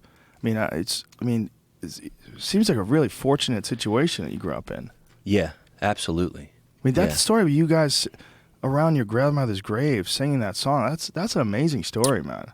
Yeah. I kind of wish I had that in my family, you know? Yeah. I mean, and I know it. I know it, you know, and not only were my uncles great musicians, but they had great taste. Like, my Uncle Jim taught me how to sing. He's still got one of the best voices I've ever heard in my life, you know what I mean? And, you know, I was into blues music, but I was a real snob about it. I liked certain things, and I really didn't like other things, you know what I mean? And I had my Uncle Tim. He just had amazing blues albums, and he hit me to the cool shit, you know what I mean, early on. And I knew the difference between, like, that kind of corny bar blues shit and, like, the deep stuff, you know? And so I really had a head start. I can't say that it was just all, like, I just got it, you know? I had great teachers, and I was around some cool stuff growing up. Yeah, that's what it seems like, you know, and I think that being around a bunch of people that are not just have great taste, but also express themselves, like, freely and openly like that. They can sing at a funeral. You know, that's not a lot of families where they're so musical that they'll sit around and sing your grandmother's favorite song when she died. Well, yeah, I mean, it became it ceased to be music for me. It was just who I was. It was my life as a human is music. It's like eating, music, showering. I mean, it's like a part of the thing I do. You know what I mean? And without thinking about it. And no matter what you did, even if you didn't pursue it as a career, you would still be involved in music. But you can't even think about that, can you? I don't. I wouldn't know, man. I mean, really, I knew that I felt totally out of place, like working in a kitchen and like working anywhere else. Is that a boxing glove around your neck? Yeah. What's that from? That's, they used to give these out to Golden Glove winners, local, regional Golden Glove winners. Did you win a Golden Gloves? No. I found it in a junk shop. I liked it. It does look cool. Yeah, I like how you're rocking it underneath the collar, old school style, Catholic school, like an Italian horn. That's how they would wear it. Like do you remember hood. Italian horns? No. People used to wear those stupid little gold horns, like a horn, like a bull's horn that was like hanging. Do you know what I'm talking about? Not at all. It's this thing they would call them Italian horns. They were a big East Coast Guido thing. Where'd you grow up? That's what they look like. I was born in New Jersey and I grew up in Boston. That kind of looks like sperm. Stupid charm. It does look like sperm. That's probably what it really is. 14-karat gold sperm. Hey, you fuck with the bull, you get the horns. I don't know why it was a horn. I have no idea what it meant. But when I was a kid, it looks like you have sperm on your chest. Like a golden sperm. Like Liberace came in your chest. I don't know why I brought that up. I don't even know where they came from. I was just curious about. I just wanted to know if you boxed. Yeah. Yeah, I box. Do you? Mm-hmm. What do you do? Do you do it for like? Just for fun. For fun? For working out. Yeah. Do you spar or do you hit A little pads? bit. Yeah. Really? When my cousin's in town, he taught me how to box. He's been boxing since he was like 14. He got me into it 3 or 4 years ago. I have some friends that still spar, and I'm like, dude, be careful. Yeah. Even though you have those things, the big helmets on it, shit hurts. Those helmets don't really help you. No. The problem is the brain smushing around inside the head, and those helmets. But nobody's hitting me like that in sparring, man. No. But just a little jolt. Even jolts like that are real bad for the brain, swashing around inside the head. Yeah. Absolutely. I was talking to a doctor. He said that jet skiing can give you brain damage. Jet skiing? Jet skiing. Just being on a jet ski. He said the bounce of a jet ski, no bullshit, gives people concussions. Wow. Yeah, because you don't real what a concussion is you're concussed, like the impact. Doesn't have to hit you in the head. Like you get, a lot of concussions happen when people get hit in the chest, and then all of a sudden they'll be depressed, and their mood swings will be, their cortisol levels are all fucked up, and they'll find out that they're concussed. From the sort of like whiplash from the movement of the brain. From the impact, yeah. I always heard that. Yeah. That's what I mean, I know it's true in boxing with the big gloves. I know they cause more brain damage than the small gloves. I know MMA is technically safer than boxing is in the long term. Yeah, believe it or not, it'd actually be safer if they wore no gloves. Yeah, absolutely. No gloves, no wrist tape. Your wrist would bend easier. It'd be harder to hit people hard. Also, your hands would break, so you'd have to pick your shots better. Absolutely. Safety first. Safety first, even in extreme sports. Yeah, well, that's the thing, right? Like, how safe can you make it while still have it be so exciting? I don't know. Right. Do you watch boxing now, though? You follow it? Oh, yeah. You a big boxing fan? Yeah. Oh, yeah. Yeah, Chocolatito's in Santa Monica right now training. Oh, have you watched him? I mean, I'm a big fan of his. I've never seen him live, but I want to go there and watch him train. Yeah, man. I watched Manny Pacquiao train once. It was a real pleasure. It was. I went and trained at Wild Card, and they let me go down and train in the room, the Manny room. Oh, yeah? And, the double end bag was like so fucking tight. Yeah. I could barely hit the thing. I felt so stupid because I was like, all right, I'm at a place where I feel comfortable. I can go to Wild Card and maybe work out and not feel like a total shithead. And I was like, I got to get out of here. I was like, give me a couple Wild Card t-shirts and then you'll never see me again. Watching Manny hit the pads, Manny was hitting the pads. It wasn't with, was it with Freddie Roach? It might have been with Freddie. Yeah, it was with Freddie. It was with Freddie and another guy. Mm-hmm. And he goes through all this warm-up routines and goes through all this stuff, and then he starts hitting the pads kind of slow and loosens up, and then eventually he starts firing off these combinations like and he's just firing off these ungodly quick combinations, and you just realize, like, yeah, there's a difference. There's a difference in certain people. Yeah, there's a big difference. Yeah, you see his calves too. Yeah. What the hell? Yeah. What's going on over there? Well, that's where his power comes from. His power is all from his legs. The pushing off of the legs and delivering these lightning fast combinations. Yeah, did you see his last fight was an absolute bust? They lost money. Yeah, nobody wants to see him fight if it's not Floyd Mayweather. And people are really disappointed, too. Well, that's not totally true. I mean, he just fought Tim Bradley. This was like third fight. Yeah. I don't think anybody really cared. Tim Bradley's a fun guy. Tim Bradley's awesome. But Yeah. it's his third fight. Let's. But it was there interesting. Are a bunch of great welterweights out there. I agree. Terrence Crawford. The best. Yeah, he's awesome. I want to see that fight. He's just inked a deal with to fight Victor Postol. Oh, really? That's going to be a great Oh, that's fight. a great fight, too. I think Terrence is going to win it, but that's a really good fight, and I'd love to see that Terrence Crawford isn't scared to fight anybody, even the best. Terrence is something special, and also that he fights from the orthodox stance, but just as good, if not better, from the southpaw, and he'll switch up on guys. Like I know. He'll be Usually outboxing I hate you. when I see guys do that. I'm like, oh, this fucking guy. But he's awesome. It's almost like he's feeling you out as an orthodox, and then when he knows he can fuck you up, he switches over and starts lighting you up. Mm-hmm. He's something special. He's awesome, and I love to watch his brain work too, because he won't just go out for the knockout or whatever. He plays with you for a few rounds. Well, he's smart consistently. About it. Yes. He always plays with the person for a few rounds and then starts destroying them. Well, I think he values and appreciates the skill and art of boxing, the actual art of it. I mean, there's no way he could be as good as he is. If you get to that level, it. you have to. Yeah. You have to like reach that point where you understand that there's a total art to it. Yeah. So what he's doing is like he's setting traps and slowly dragging guys into his game and then fucking them up. Yeah. And for a guy who really appreciates the skill and the subtleties of what he's doing, it's amazing. Absolutely. I love watching that guy set traps. Chocolatito's awesome too, because he's just like watching his side to side movement, watching it's just like second nature for him. Mm-hmm. Yeah. More so than anybody. Mm-hmm. He's just a boxer. You know?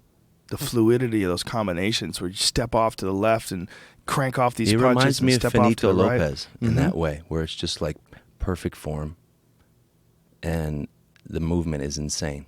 This is a good time for boxing right now. Gennady Golovkin, another one. I want to see what happens with Canelo Alvarez and Amir Khan, which is coming up. That's I worry interesting about Khan. fight. You know, we're talking about muscles, and Khan keeps saying, I feel stronger, and he looks huge. He looks ripped. Mm-hmm. I worry that he just will have no stamina in the fight. Yeah, I wonder. Is this the first time what are they fighting at 160? Or is it 154? I don't remember. So when Mayweather and him fought, they fought at 150. Was it a catchweight fight? Yeah, I think so. Yeah. Mayweather wanted him a little small, right? Mayweather gets wherever he wants. Shrink him down a little bit. Get that big bruiser down. But Gennady Golovkin is he's an interesting guy because a lot of people don't want to, like, his pay-per-view got like 150,000 buys, which is a huge bust. It's a disaster for them. Mm-hmm. But for boxing fans like you or me, or He's like the best. He's the guy awesome. to watch. I can't wait to watch. We still haven't seen him tested, though. I don't think. I don't think so either. But no. he's going to fight. Everybody wants to see him fight Wade. Canelo, for sure. Well, but he's Canelo- fighting. Who is it? He is. Yeah, it's Wade. Wade is the guy's name. The mandatory challenger. Oh no, he's that he fighting has. Wade right now. But Andre Ward. Oh, well, That's Andre what I Ward's wanted. going to go up and fight Kovalev, though. You know that? Yeah, Andre I Ward's heard now that. fighting 75. He had his first light heavyweight fight at 75. Looked great, and now he's going to fight Kovalev. Kovalev's a beast. Oh, he's another terrifying guy. Yeah. This is a great time for Although boxing. Bernard Hopkins, as old as he is and kind of as slow as he is, with respect, he popped Kovalev a few times. He did. I mean, if it was the Bernard Hopkins of 10 years ago, it could have been a completely different fight. Yeah, that's what I'm saying. Yeah. Like, I think if again, that's the other thing about boxing is it like with the thing that's so great about MMA is they pit the best against the best, and in boxing there's so much bullshit. Mm-hmm. You know, you got to see these dumb fucking fights with guys fighting people that you know they can just beat so there's easily. Definitely too many different world titles. Like, you have 3 different guys that call themselves the world champion, and they're in the same weight class. That's crazy. You know, there's a lot of that doesn't make any sense. Like, deciding what a world champion is and who owns the right to say world champion, that their guy is or this guy is, and not have them fight against each other. Rival promotions, they don't want to get together and ink deals. They don't want to lose their superstar. But what if UFC had a company that was just as big as UFC? Because that's kind of essentially what happens in boxing. Mm-hmm. You know what I mean? You don't talk about it in UFC because there's no one else who really can compete. You know, if you want to do MMA, you do UFC, right? You know, Bellator's just not quite as big, but like with boxing, there are just all these promoters, Top Rank and Arum, and that they never cross promote. You know what I mean? Right. It's just it really does a disservice to the sport, I think. Well, it certainly can, because they know that they have a guy who can make a lot of money, and if that guy loses to somebody, then they're fucked and they lose their big guy. And That's the other thing I kind of hate about boxing, is that if you lose one fight, somehow you're tainted beyond belief. Do you know what I mean? Yeah. I don't quite understand that. Yeah. Well, it's an old school way of thinking, because they used to build a fighter up and get them 49-0, and then they would fight, you know? Right. And it would be a big thing. He's undefeated. He's going for the title. You know, if a guy had 10 losses and he was going for the title, everybody would be like, why am I even watching this? That's why it's so cool to see Khan fight Canelo, and to see, who did we just say? Miguel Cotto. He's another one. Fighting He's had some Postal. The guy loss. fighting Postal. Oh, Gennady Golovkin. No, Postal. Terrence Crawford. Terrence You know what I mean? It's so yeah. great when you actually see a real fight. It's like, Yeah. oh shit, this is awesome. Yeah. Yeah, well, there's just too much talent right now in a few divisions. Like, there's some unavoidable, like, chaotic matchups. And I think Canelo and Amir Khan, for as long as it lasts, should be very interesting. Canelo's just such a bruiser, man. He's a scary puncher, you know? But he's slow. He's a little slow. And He's a lot of- Amir's when pretty you- when he- fast. When you see him against Mayweather. when he fought Mayweather, he couldn't. I mean, Right, but look what he did to couldn't Kirkland. even catch him. Yeah, that's true. But Mayweather's a motherfucker. He's such a good boxer. But Khan is you could argue is as fast. Maybe. Well, he won't be losing as much weight, so maybe he'll be better. And maybe he'll be better because he fought that fight. You know, I mean, a fighter doesn't stay at the same level of skill year after year. Ideally, if they keep training and keep learning, and he's completely dedicated, he's going to be getting better and better all the time. Confident as a champion. I mean, that one loss to Mayweather, I think he probably learned more about what can happen to him in a fight than all those fights where he beat guys down. Yeah, I can't imagine the pressure that Canelo's under. I want to I see mean- Canelo and Gennady Golovkin. That's the fight that I want to see. Yeah. I want to see what happens. That's this two guys that don't like to take backward steps and both have ruthless power and great chins. Yeah, I think Gennady's a better boxer. He's so technical. He's so technical. I Yeah. love watching him train to video him training, just working the head movement in the clinch for like an hour. Mm-hmm. You know what I mean? Just like, and then he's like teaching some kid Mm-hmm. also stop to teach somebody. It's like he loves the sport. You can tell. Yeah, he certainly does. But I think Canelo does too. I think Canelo is, like you said, he's a little slower, and he's just such a bruiser that he's got that sort of style to him that he just loads up and bangs at guys. But I think he's getting better too. I think he's slicker now than he's ever been before. I think also a fight like Mayweather is just such a wake-up call. You could fight a guy like Mayweather or hate him. He's arguably one of the greatest boxers ever. The guy retires. I don't whether think or not there's he an actually argument. retired. I don't know. Yeah. It's not an argument. It's no Yeah. argument. Yeah, he's one of the greatest. If not the greatest. I mean, He had just this doesn't uncanny get ability. hurt. He has the uncanny ability to make every fight he fights the most boring fight Yeah. you've ever seen in your life. Incredible. And it kind of sucks because it's hard to get your friends into boxing when Yes. it's like, check it out, this is supposed to be the best fight of this millennium. Yeah. Pacquiao versus Mayweather, and everybody's like, what the fuck? Can we watch something else? You know? Well, he just fights so safe and so smart, and he's better. He's better at fighting that style than you are of dealing with that style. And so Yeah. when guys fight him, they just can't get to him, and they fall into this sort of defensive shell, like 8 or 9 rounds in, where they He ends up making you look foolish. Yeah. And you start with swinging wildly, and it's like you play right into his trap. Yeah, it almost sucks that. I want to know who he's going to fight next. Do you think he's going to fight again? Yeah. Really? Yeah. Yeah. Yeah. You don't think at one point in time You don't the think guy's he's gonna? retire? Maybe. I haven't heard any real rumbling, so have you? He just started flamboyantly saying he was retiring too much for me to believe it's a real retirement. It just feels like more of his promotion. You know what I mean? And it's not like he's stopped training. He hasn't? I don't think so. No, No? he's in the gym still. Well, you're probably right then. Maybe he was waiting for the Manny Pacquiao fight, like maybe waiting to see if it generated a lot of income and if Manny was back and people loved him. Because you gotta kind of give Manny a chance to rebound. Like after the Juan Manuel Marquez fight, we got knocked out. He had to give him a chance to take some time off, fight against Chris Algieri, look good, and then you can market the fight. Yeah, I don't know. That was just such a bust for me. That fight, it was just so goddamn boring. Yeah. You know, and I was such a Manny Pacquiao fan, and to see him come up with nothing, and then have the shoulder thing afterwards, after the fact.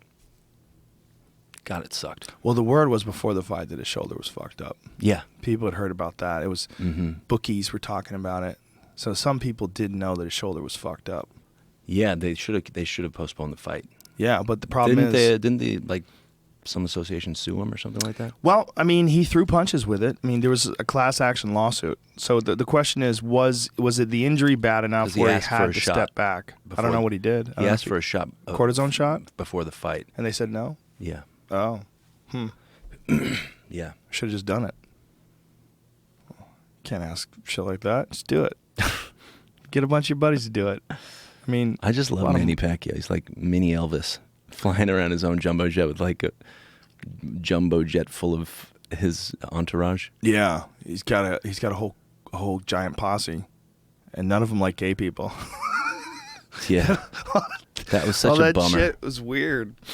Yeah, but that's all that religious stuff, though, man. It's just heavy Catholic. Yeah, but Catholic or not, you hate to see somebody who's so fucking blessed tear people down. And over nothing. I mean, I'd never pay for a Manny Pacquiao fight again. Because of that? Yeah. Really? Yeah. Wow. Fuck that. Wow, that's interesting. 100%. When you get to that level and you have that much money, you should know fucking better. Yeah. You know what I mean? That's disgusting what he said. And then he said it twice. Yeah, we tried to justify it with the Bible, and God's word. Well, I mean, he probably didn't know the reaction that he was going to get, you know? I bet in his culture... He said gays are less than dogs, less than animals. Was that the exact word? Yeah. I think he might have been misquoted. I think Bring he it tried up. to explain what he said based on what it says in the Bible that... Oh, after the fact. Yeah, I don't remember, but yeah, whatever it was not good. I don't know, man. It's just, he's too rich and too blessed to be bringing people down, persecuting people down. It's just no good. That cost him a lot of fucking money, man. He lost his Nike sponsorship because of that. He'll never get my 99 95. That's for sure. Yeah. You're not the only one, I'm sure. Nah, it is a bummer. I don't know that many boxing fans actually care. You don't think so? I don't know. There's got to be some boxing fans like you that are boxing fans but aren't apes. Maybe. For sure. Can't be all those people watching. Yeah.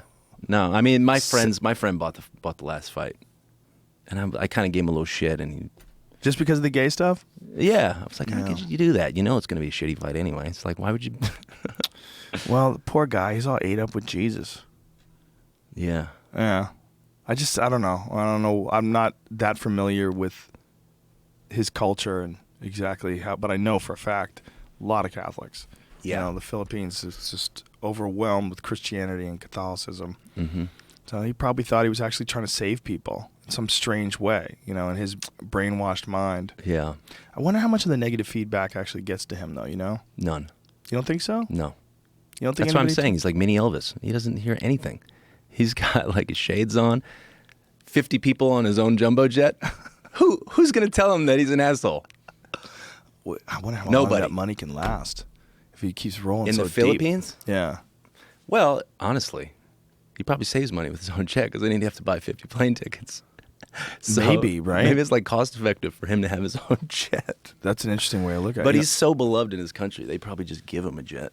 You know, he's a hell of a pool represent player. the country. That guy's a hell of a pool player. Is he? Yeah. And he's a lefty too. Yeah, he plays really good. He plays like at a professional level. Does he? Yeah. Well, the Philippines it's a giant place for pool. The GIs brought it over there in the 50s, and some of the best pool players in the world come out of the Philippines. Wow. Matter of fact, the consensus greatest player of all time, Efren Reyes, came out of the Philippines. Oh, the wow. magician. Yeah. Yeah, they have some of the best players. And really interesting to watch them because they play like they're playing a musical instrument, like a very gentle game for them. It's very different. It's not like stiff or hard. It's a very gentle, flowing. Yeah, their stroke. They have a very particular type of stroke that other players worldwide have emulated the Filipino style of playing Really? pool. Wow, interesting. I didn't know that. Yeah. What other countries are like embracing like American rock and blues music and doing a good job with it today? I mean, UK has always been a huge supporter. France, Australia. They've always, Australia, I mean, shit. They live and die for rock and roll. Do they get good artists that are coming out of there today? Like, where do you see? Yeah. Australia, there's great music coming out of there. I mean, do you ever listen to Tame Impala? No. They're from Australia. How do you spell it? TAME, and then Impala. Tame Impala. Yeah, Okay. they make really cool records. They're pretty famous now. I would say they might even be like a festival headliner at this point. Really? Yeah, they're a big band, and they're from Australia, and there's a whole scene there, kind of around that. In the absence of radio, like, what is the traditional method that bands get noticed now?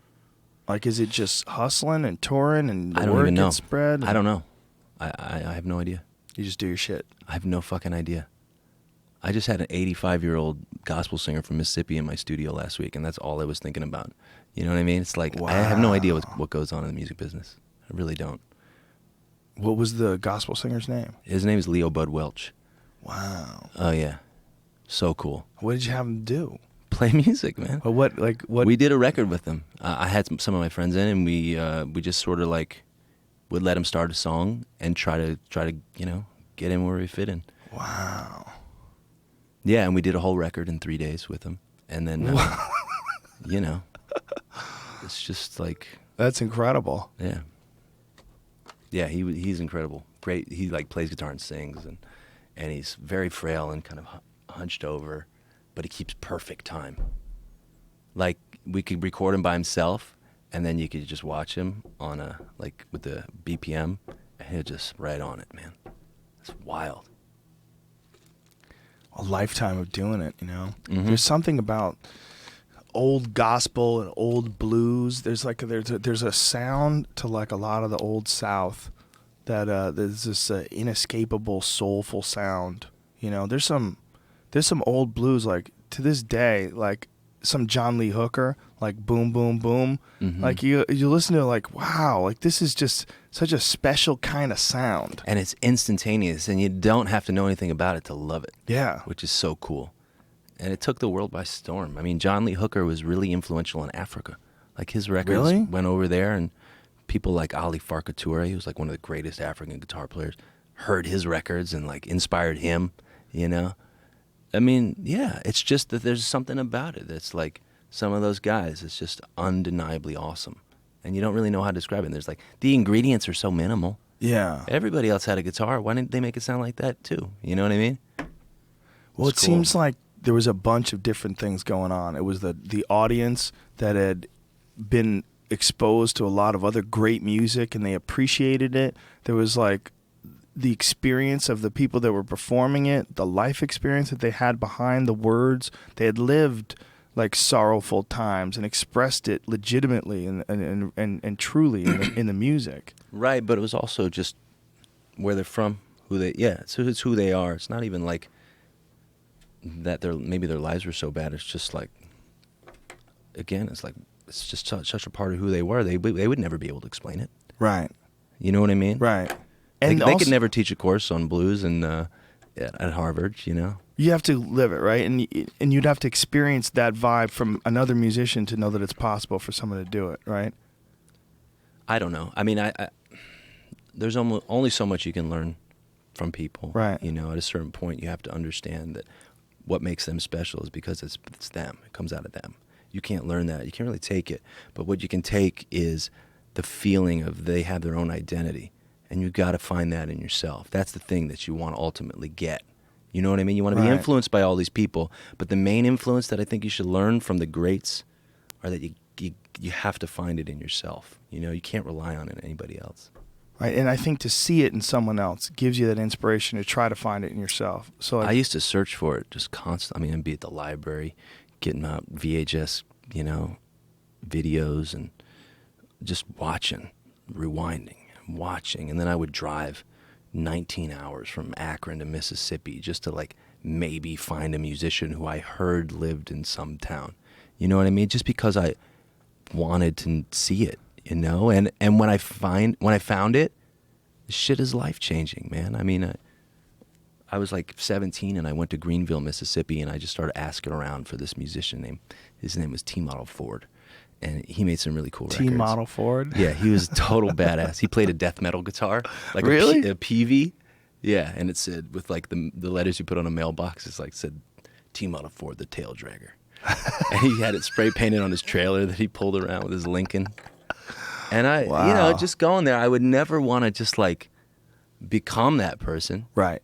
But whether they're from Mississippi or they're like a classical composer from Germany, there's a thing that all these guys have in common, and it's like a sense of self. You know what I mean? Anybody I've ever met has just a confidence that, even though they may not be the best at certain things, they can like bring out the best in themselves, and that's like enough. Do you know what I mean? I definitely know what you mean. I know what you mean. Yeah. I know exactly what you mean. You described it very well. That's a great way of putting it. Is it like seeing it in other people, recognizing it in other people, and trying to find it in yourself? And that seeing it in other people means that it's real. The thing that inspires you. Yes. Yeah. Absolutely. Yes. And you see somebody like T-Model or any of those guys, they didn't have any extra thing. They didn't have anything any advantage, really.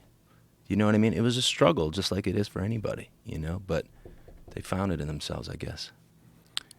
Yeah, well, that's all any artist could ever hope for. That's the number one aspiration. Find out whatever is the best part of you, right? How do you get your best stuff out there? I mean, I'm still trying. Yeah. Well, I mean, I think that for me, I just don't want to ever be too critical, too like self-critical. I want to try to like have it on the record, like in the first couple takes. So it'll feel a bit more real, a bit more genuine. Do you know what I mean? I think that's really helpful to a record. Some of my favorite records, whether they're hip hop or whether they're rock and roll or whatever, they're generally made pretty quickly. Big grand masterpieces that were labored over, I don't tend to listen to that much. I'll listen to it and it'll be, maybe I'll hear something sonically that, ooh, that's cool that they did that. But then like at the end of the day, I always go and put on that one record that one guy did in a day. That's the one I always want to live with. That's my desert island shit, My desert island shit. Well, listen, man, thank you very much for doing this. I really appreciate you coming in here, and I appreciate what you do, too. I really do. It's for me, I'm geeked out as a fan.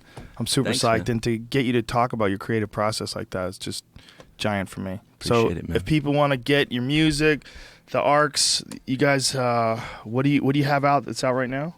We have a record called Yours Dreamily, and that's available at all the local record shops that don't exist anymore. iTunes, all that everywhere. stuff. Yeah, everywhere. Yeah. Beautiful. All right. Thanks, brother. Appreciate you being here, man. Thank you. That's it for the week, fuckers. See you next week. Thanks, everybody. Bye.